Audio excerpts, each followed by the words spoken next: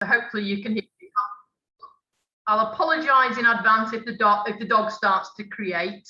He got used to Zoom after a while and started behaving, and I've not been on Zoom for a little while now, and so this is all exciting again, hearing voices coming from the screen. But it's good to be with you tonight. It's a real shame that Janet isn't on, because it's Janet whose fault it is that I'm on here, I think, because she was the one who suggested to Zena that I was invited. But I first got to meet Janet and had the awesome privilege of conducting her marriage to Phil some years ago now, when I was stationed at my third appointment in Cradley Heath. And I'm now in my fifth appointment, serving in the northeast, serving at Newcastle City Temple. I moved here in 2020 in the middle of COVID, so it was an interesting farewell via Zoom and an interesting welcome via Zoom, and we seem to have got used to this technological age and means of communicating, haven't we?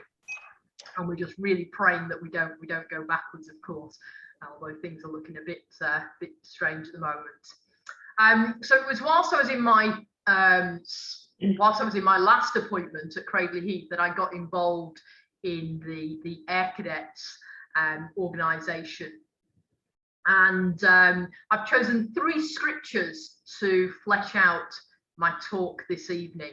And the first is Psalm 139, verses 9 and 10. I'm going to share it with you from the Voice translation.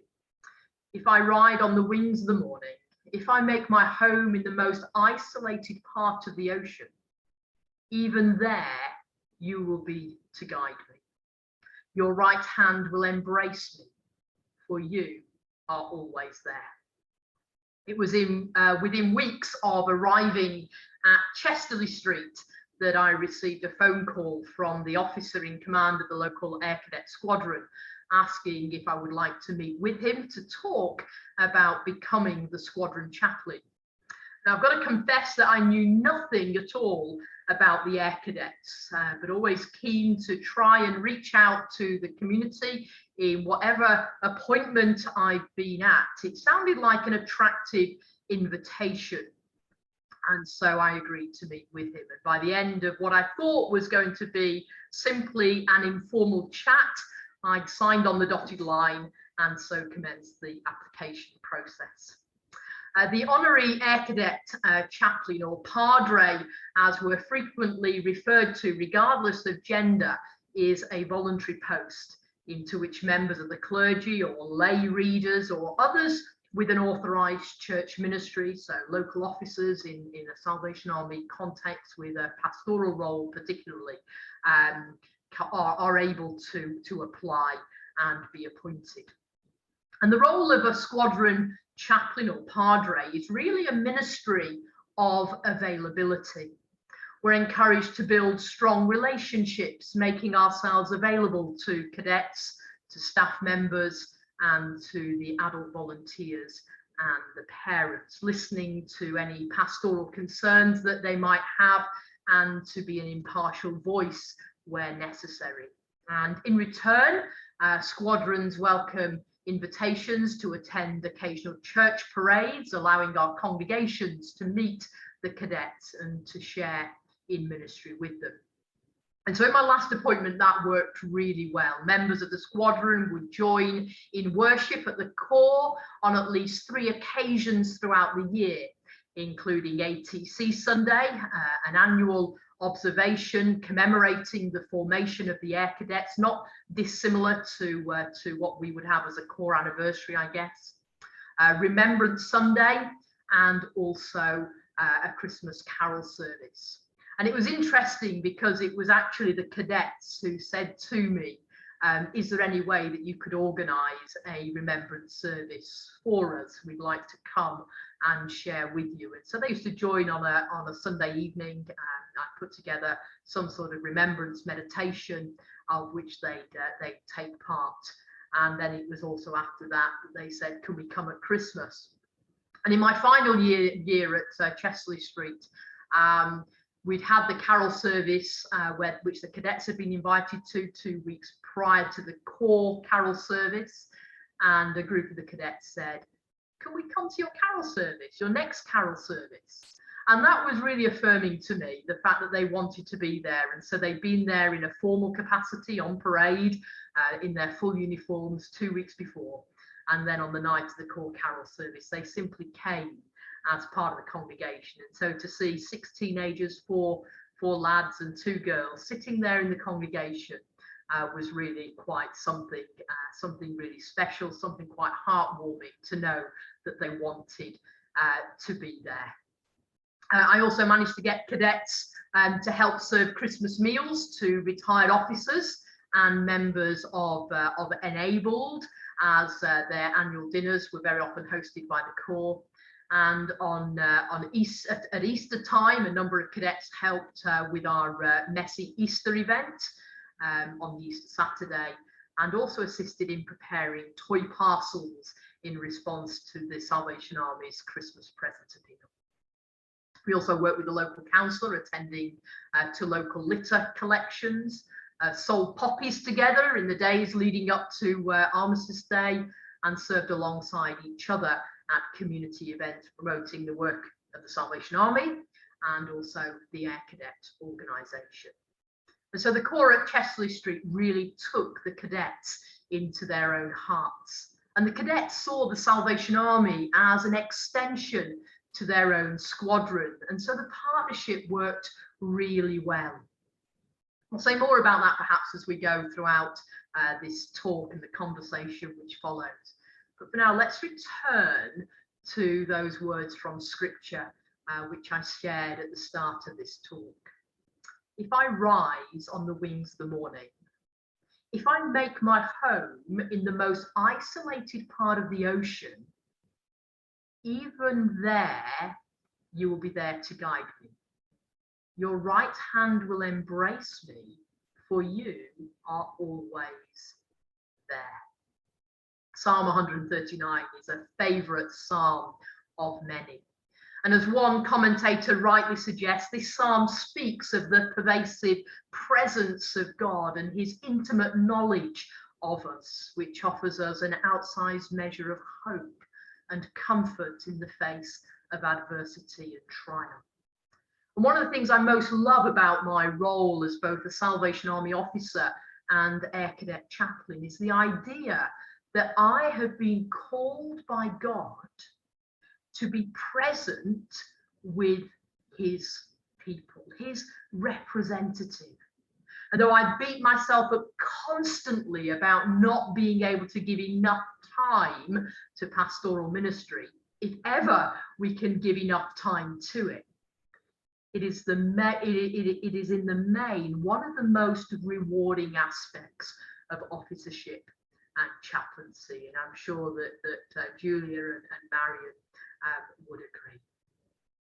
Within Air Cadet chaplaincy, we often use the term loitering with intent. There are times when the Padre's presence is needed in a squadron to present what is commonly referred to as the Padre's Hour, a programmed event, usually once per month, to talk with the cadets about issues and values, or to be part of their induction program, which concludes with the privilege of enrolling cadets in a special ceremony. But Padres are also encouraged to drop into the squadron at other times too during their parade nights. And I found it often best to do this at canteen time, that's tuck shop or break time for you and me, and to loiter with the intention of speaking with cadets in a very informal manner as they enjoyed a break from their activities. It was whilst loitering with intent that I might spot a cadet who was on his or her own, struggling to make friends, or the cadet who was unusually withdrawn or quiet, clearly troubled by something. And that would especially happen around exam time. And I was able to have a quiet conversation with them. So the first scripture that I chose spoke about God's pervasive presence. And I related this to the idea of being called by God to be present with his people. The second scripture I've chosen is Psalm 91, verse 4, this time from the New Living Translation. He will cover you with his feathers. He will shelter you with his wings. His faithful promises are your armor and protection.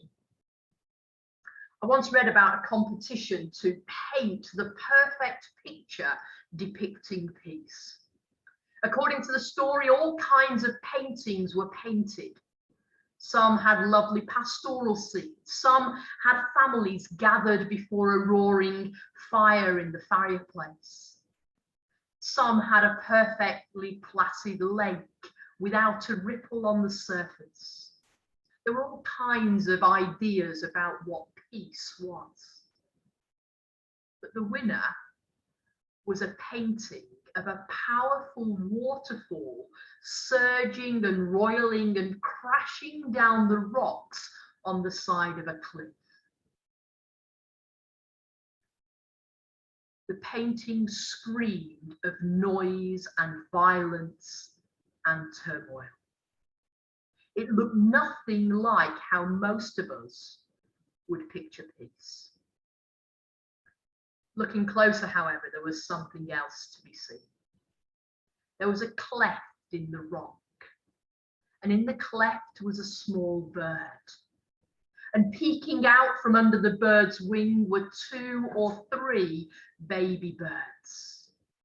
And there, during the turmoil, the baby birds found peace and safety and protection on their nest, protected by their mother's wings. In this world full of fears and dangers, I can't think of any better picture of peace and protection than a mother bird defending her chicks. There's a wonderful image of coziness and comfort and calmness when the mother bird, with the mother bird making sure that nothing is going to happen in the storm. And you know, God protects you and me in a similar way. When the storms come, he comes along and he wraps his wings of protection around us. The storms will be there, but we will have his covering presence around us if we rely on him.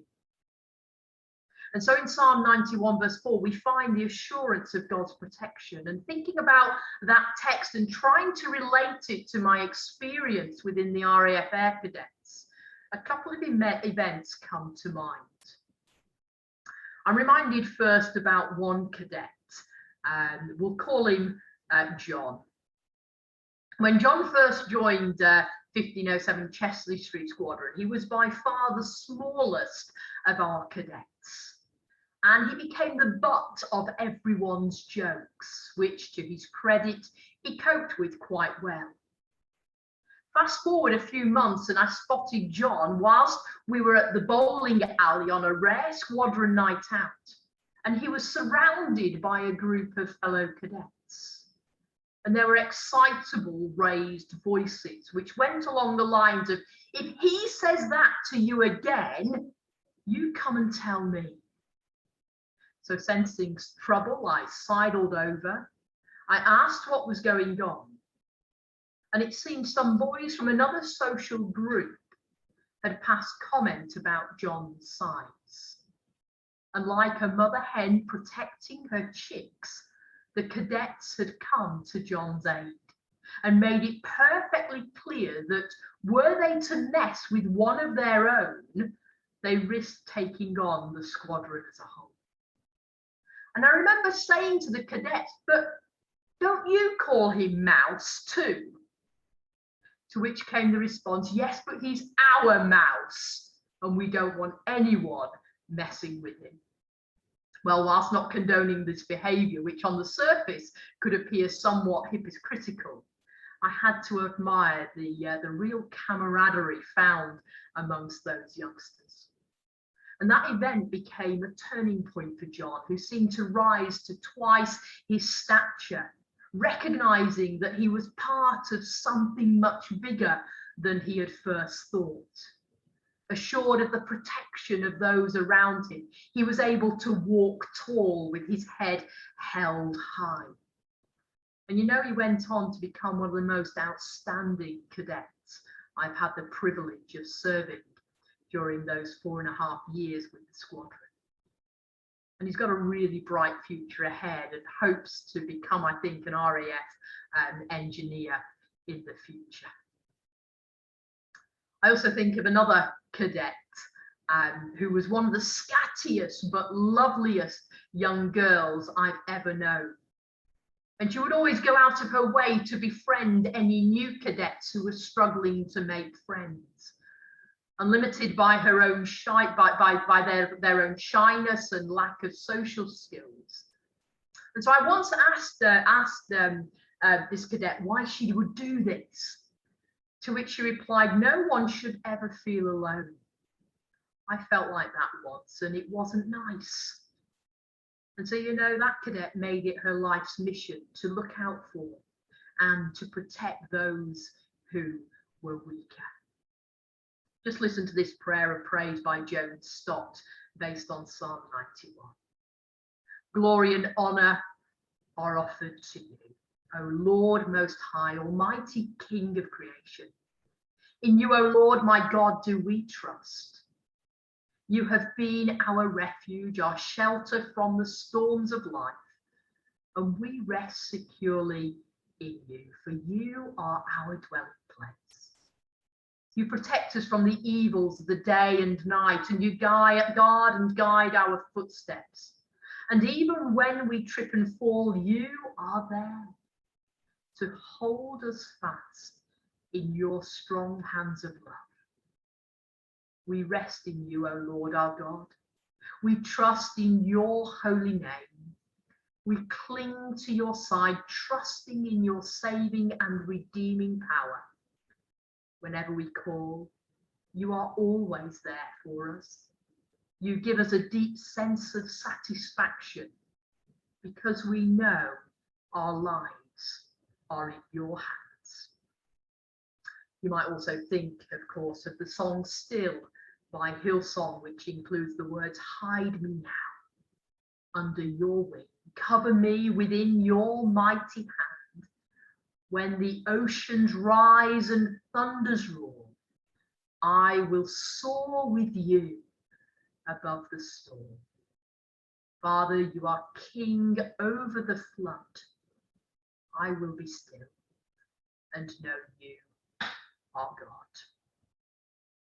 I like the idea of soaring with Christ above the storms of life.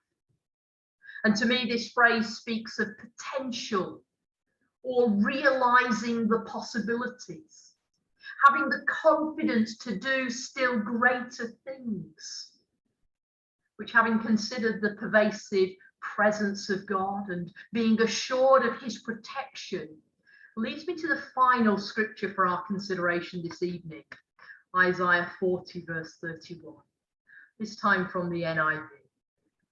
Those who hope in the Lord will renew their strength. They will soar on wings like eagles. They will run and not grow weary. They will walk and not be faint. Let's just think for a moment about the aerodynamics of soaring. To soar, an eagle needs a headwind. But since this seems to be the opposite of what they should need, a pilot explains that eagles must face into the wind to experience the lift. The air currents flow over and under their uniquely formed wings, creating an air pressure difference. As the higher pressure below tries to equalize the lower above, the gliding bird is lifted.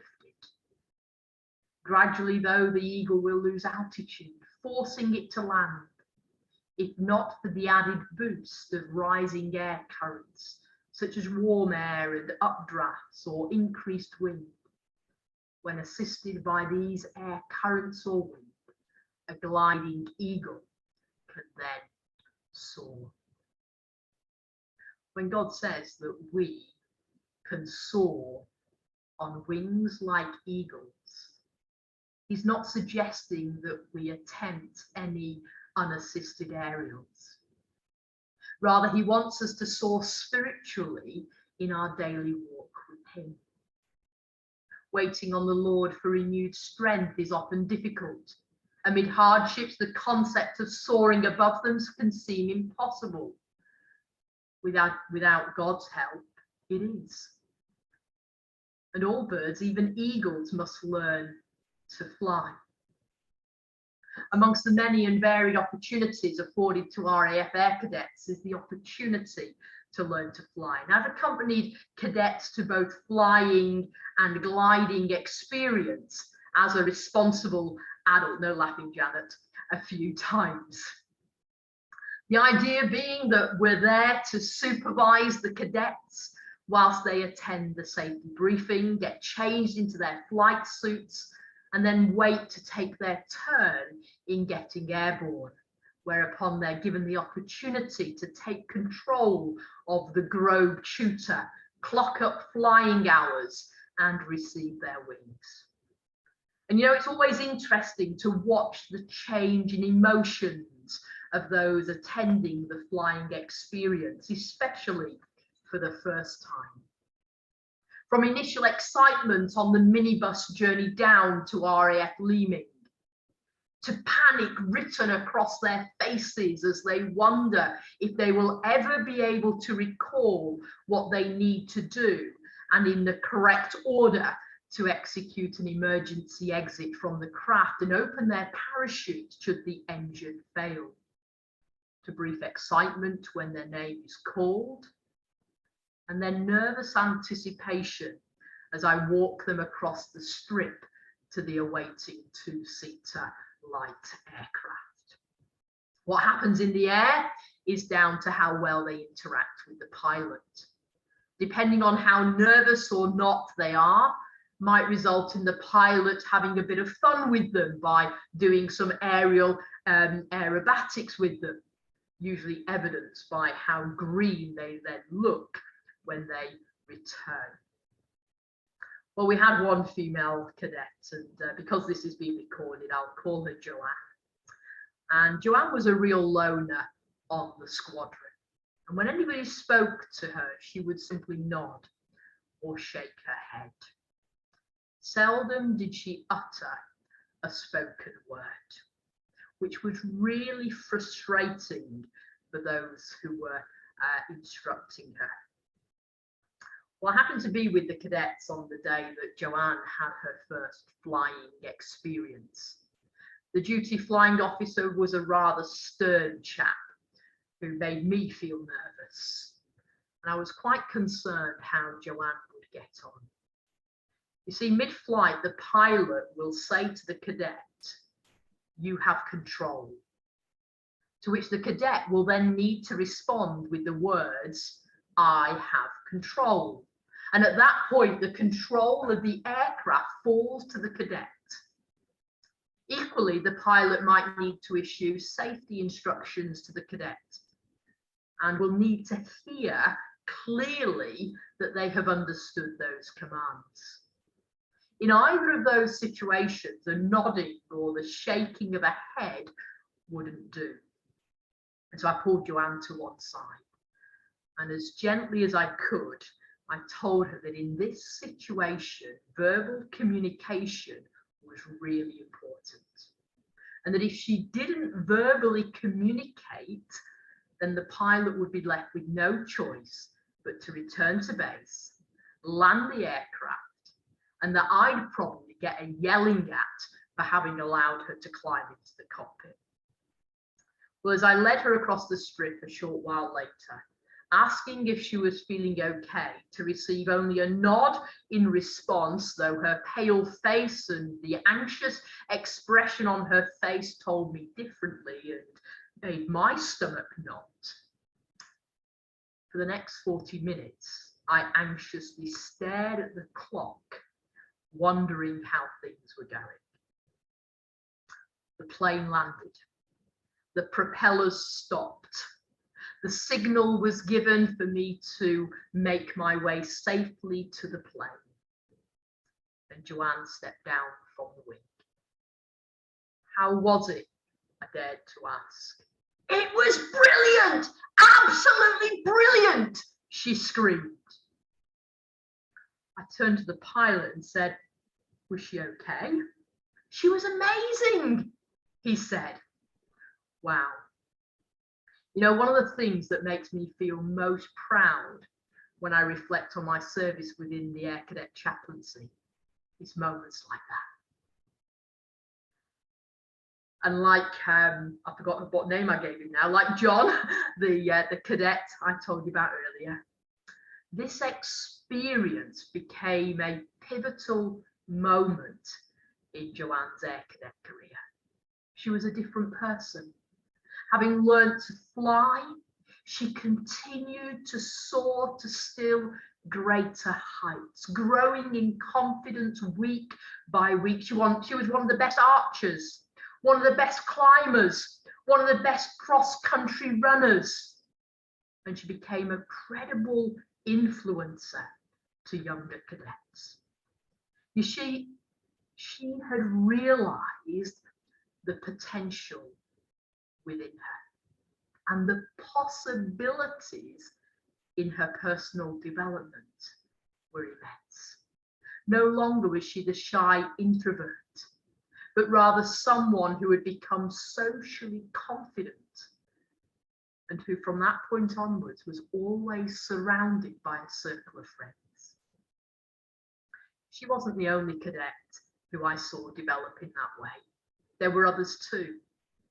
A self-harmer who lacked any self-confidence, who I met at the Royal International Air Tattoo, where I held a chaplaincy post for a number of years, and who within the space of 2 weeks of a working camp was awarded the Best Cadet Award at the end of the week. I could spend a week speaking about my experience at the Royal International Air Tattoo as part of the chaplaincy team there, and how each year in the first few days of camp I would spend hours, literally hours late at night, listening to cadets telling me through tears how unhappy they were and how much they wanted to return home. To then have them literally sobbing on my shoulder on the final night, telling me how much they were going to miss the experience and all the friends that they had met, and how they really didn't want to get on the coach bound for home. But time is going. I briefly want to return to our final text, to Isaiah 40:31, after which I'll be happy to answer any questions or talk to you about anything that you've heard that you'd like to explore a little further. Isaiah 40:31, those who hope in the Lord will renew their strength. They will soar on wings like eagles. They will run and not grow weary. They will walk and not be faint. I wonder how many of us need to hear those words for ourselves tonight. With God's help, we can learn to soar. But to do this, we must face the headwinds. Psalm 23 verse 4 says, even though I walk through the darkest valley, I will fear no evil, for you are with me. Storms and difficulties are like headwinds that blow in upon our lives, sometimes with gale force strength. As eagles face headwinds, we must learn to face ours head on, knowing that God is with us as we do so. With God's help, we can learn to soar. But to do this, we must rest on God's strength. Ephesians 6 verse 10 says, be strong in the Lord and in the power of his might. Although we don't have literal wings, we can rest upon God. He stretched out his arms on the cross to conquer the gravitational pull of sin's curse on our behalf. We can rest secure in the shadow of his wings. knowing his arms are capable of lifting us up above any problem we face. With God's help, we can learn to soar. But to do this, we must let God lift us. James 4:10 says, humble yourselves before the Lord, and he will lift you up. Just as lift results from the air pressure changes, God lifts us by changing our perspective in the storm and reversing the dynamics of our situations for good. Rather than allowing the pressures of our problems to sink us, we can trust in God, who is greater. With his power and love undergirding us, we can, with renewed hope and courage, rise up, even when things look their bleakest. With God's help, we can learn to soar. But to do this, we must allow God to sustain us. Psalm 54 verse 4 says, surely God is my help.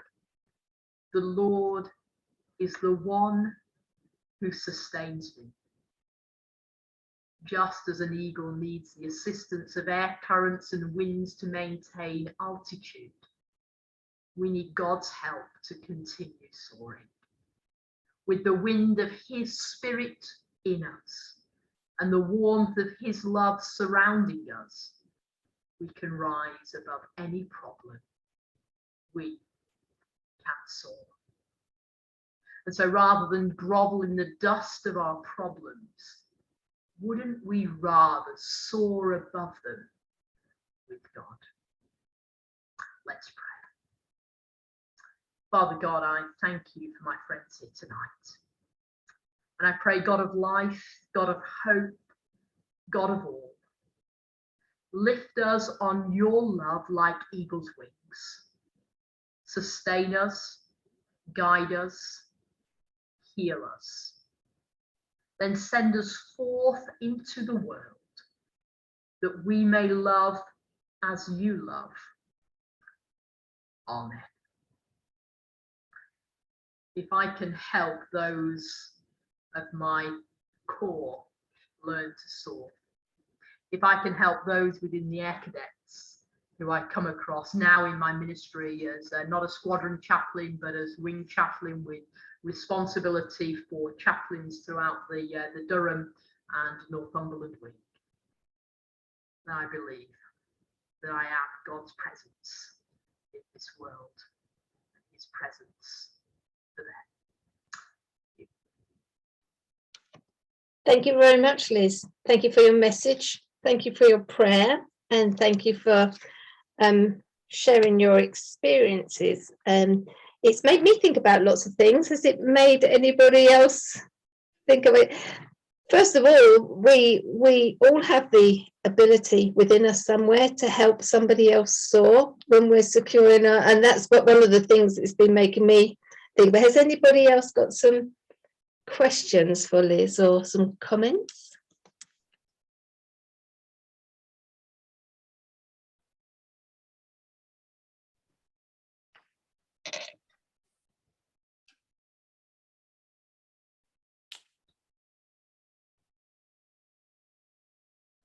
Hello. Jen, you're very quiet. Is Julia trying to unmute? Liz, how is the chaplaincy and the role that you're playing now? How have you managed to connect? Is there a connection between the corps in the same way that you had at Chesterley Street?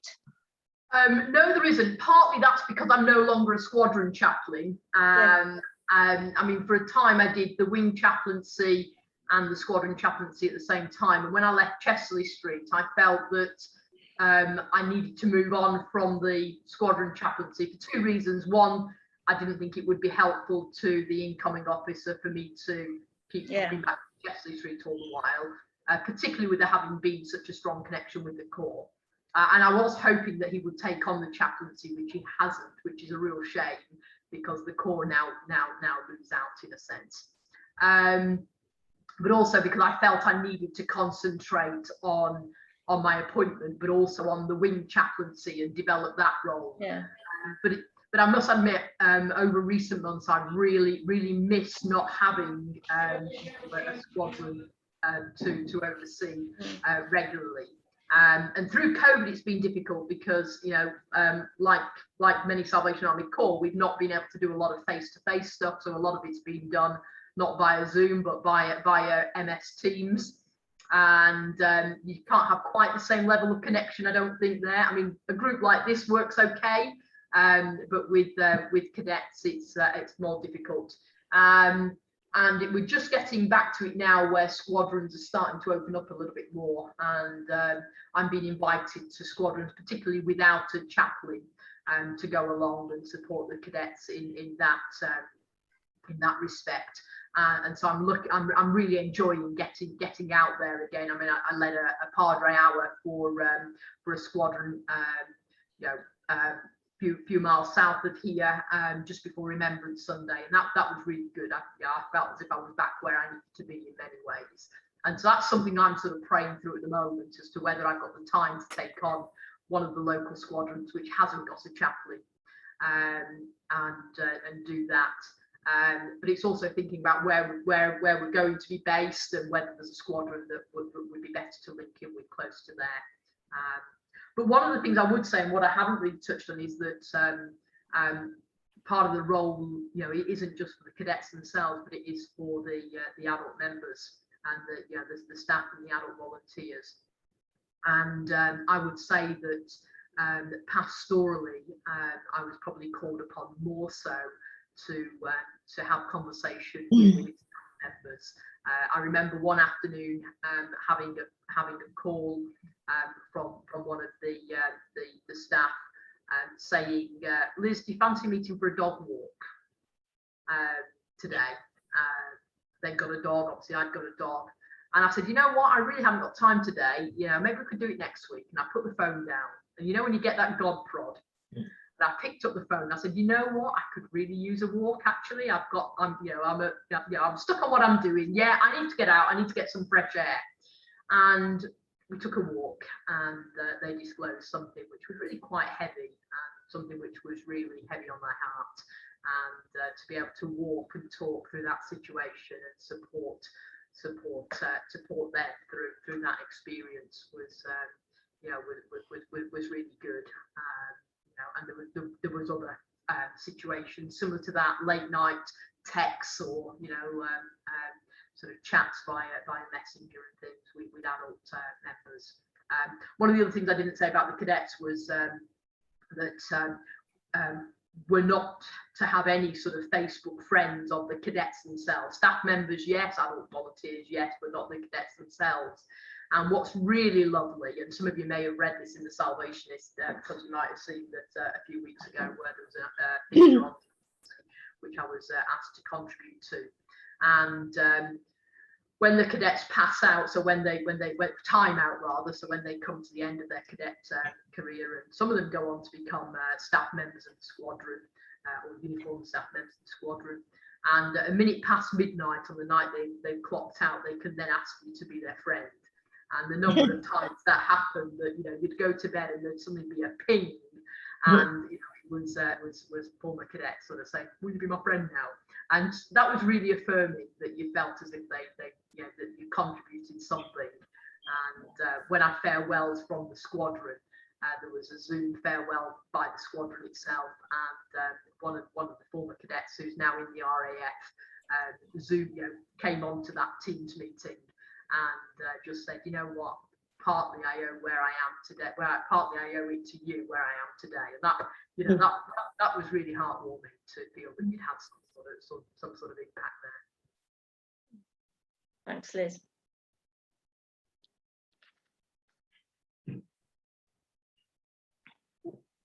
One of the things it's particularly made me think about is chaplaincy in general. There was something that you said that what a privilege it is to be invited in to be that person.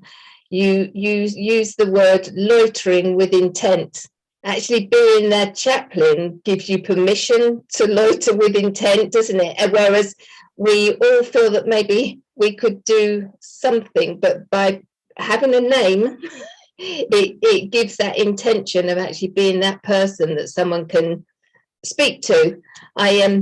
This is going to sound even more shallow than I normally am, but I saw on Facebook that somebody is actually a chaplain in the Oxford Street John Lewis. Did somebody else see that on Facebook? She's an officer from Regent Hall and she's a chaplain in John Lewis because she'd been invited in to just loiter with shoppers and talk to them. And just there's so many opportunities. They've given her a bomber jacket with gold embroidery on the back, chaplain. And I was thinking, well, there seems like a role for me. But I just, it's the permission, isn't it, to loiter with the intent. And actually, if I stood around in a shop, people would ask me if I was going to buy something. But if I've got a name, people have just come to talk to me. But I think we've all got the ability to be that person, and the privilege of actually sharing with people, with those young people that you've spoken about, with their first experience, and feeling them soaring and helping them are things that, yeah, I'd like a bit of in some way. But as I say, the chaplain name gives you permission to loiter with intent. Yeah, that's what I was thinking about. That expression, loitering with intent, will stick with me, Liz. Thank you. Did you do much loitering, Julia? Pardon? Did you do much loitering? Oh, an awful lot of loitering. I was just going to say, I think it is one of the biggest privileges of chaplaincy, being able to do that. And I would say that our years in chaplaincy were probably some of the most fulfilling years that we had in our officership. And when you just look at the people that you've had the privilege of journeying with just for short periods of time, and it's what they give back to you as well, and if you can, it's just such a tremendous privilege to be able to be a part of somebody's life, and for them to share such intimate things with you as well. I always said that I enjoyed all of my officership, but as a chaplain I always felt that I wasn't fighting with the saints. Because people that came to you as a chaplain were speaking to you because they'd perhaps got no one else that would listen to them, and I'd never really given religion or anything to do with spirituality a thought before, or perhaps somebody's not even given them the time of day, the opportunity to do that. So the privilege of just giving people the opportunity to think about spiritual things is just tremendous, Yeah. Yeah. I mean, you touched on the spiritual there, and as part of the enrolment ceremony, I mean, it was made quite clear to me that, I mean, we're chaplains to all faiths and none, and it was made clear to me by the OC that he didn't want me Bible bashing the cadets, and that would never have been my intention anyway. But as part of the enrolment ceremony, there is a line which sort of swears allegiance to God, and we always say to them, look, if you don't feel comfortable saying that, you don't need to. I don't think I've ever had an experience where a cadet hasn't. We also give them Bibles at the point of enrolment, and I'll say to them in the preparation, look, when we enroll you, we're going to give you a Bible. If you don't want it, then leave it behind. I've also never had a Bible left behind. There was some commemorative John's Gospels were produced to celebrate or to commemorate 100 years since the First World War. And I got a number of these when I did a Padre session just before Remembrance Day a few years ago. I spoke about the the person who was saved by having a testament in his pocket, and how the bullet struck him, and his life was spared because the Bible took the compact, and so I told them this story, and I said, oh, and if anybody wants to take any of these Bibles, I'm just going to leave them there on the table. They all went, and one cadet came to me and he said, I'm going to keep this. I'm going to carry this always in my pocket. And I just said to him, I said, just promise me you'll take it out occasionally and read it. And whenever I see that cadet, even now, he'll say to me, I've still got my Bible, and I'll say to him, do you read it? So there's always that challenge there, and there's also always that opportunity to just have that, that just, even if it's only a little bit of sort of that spiritual conversation, and then there's an opener there. Yeah, I think the launching with intent, it's not, and you say about not Bible bashing or ramming religion down people's throat. It's very much about how we live our lives and how people see us anyway, isn't it? I think the way that we loiter speaks far more sometimes than what we do when we verbally speak with people. I suppose that's what it's all about, isn't it? The people recognizing that there's something different in our lives and the way that we are as people. The best thing being a chaplain. Best thing in the world.